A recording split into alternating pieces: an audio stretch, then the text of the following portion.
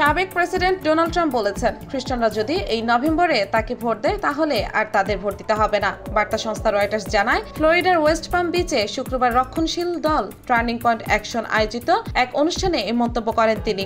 সাবেক প্রেসিডেন্ট আসলে কি বোঝাতে চেয়েছেন তা পরিষ্কার নয়।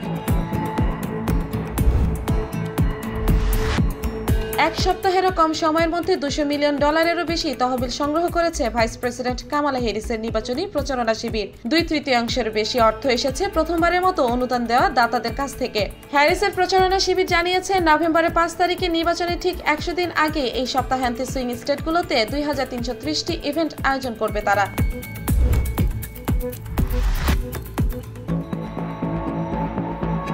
আমেরিকার জাতীয় ঋণ নিয়ে উদ্বেগ প্রকাশ করেছেন বিশ্বের অন্যতম শীর্ষ ধনী এলন মাস্ক। নিজের মালিকানাধীন সামাজিক যোগাযোগ মাধ্যম এক্সে তিনি লিখেছেন, আমেরিকা দেউলিয়া হওয়ার পথে।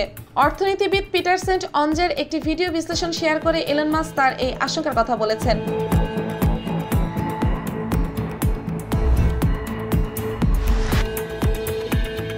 ক্যালিফোর্নিয়ার দাবানলে এখন পর্যন্ত 350,000 একরেরও বেশি বনভূমিতে আগুন ছড়িয়ে পড়েছে। ক্যালিফোর্নিয়ার ফায়ার ডিপার্টমেন্ট জানিয়েছে, দাবানলে এখন পর্যন্ত 134টি স্থাপনা ধ্বংস হয়ে গেছে এবং এটি উত্তর দিকে চিকো থেকে অগ্রসর হয়ে বাট কাউন্টি থেকে তেহামা কাউন্টি পর্যন্ত ছড়িয়ে পড়েছে।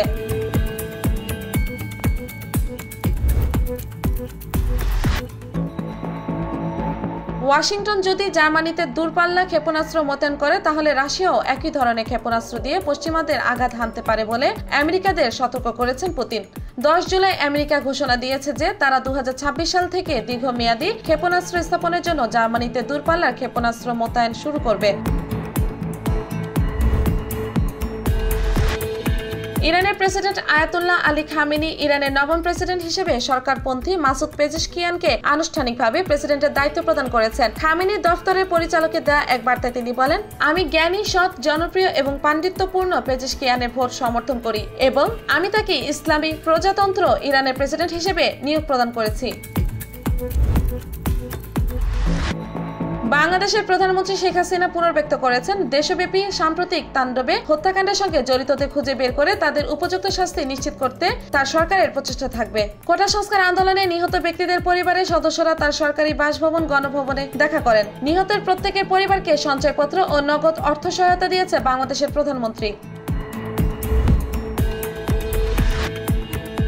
প্যারিস অলিম্পিক্সে নিউজিল্যান্ড দলের প্রশিক্ষণ সেশনে গুপ্তচর বৃত্তির জন্য ড্রোন ব্যবহার করা অভিযোগে কানাডার নারী দলের কোচ বেভ প্রিস্টম্যানকে 1 বছরের জন্য নিষিদ্ধ করা হয়েছে। একই সঙ্গে তাদের 6 পয়েন্ট কেটে নেওয়া হয়েছে। ইংলিশ বংশোদ্ভূত প্রিস্টম্যান কানাডার অলিম্পিক্স দলের প্রধান কোচের পদ থেকে সরিয়ে দেওয়ার একদিন পর ফিফা কানাডিয়ান সকার অ্যাসোসিয়েশনকে জরিমানা সহ এই নিষেধাজ্ঞার ঘোষণা দেয়।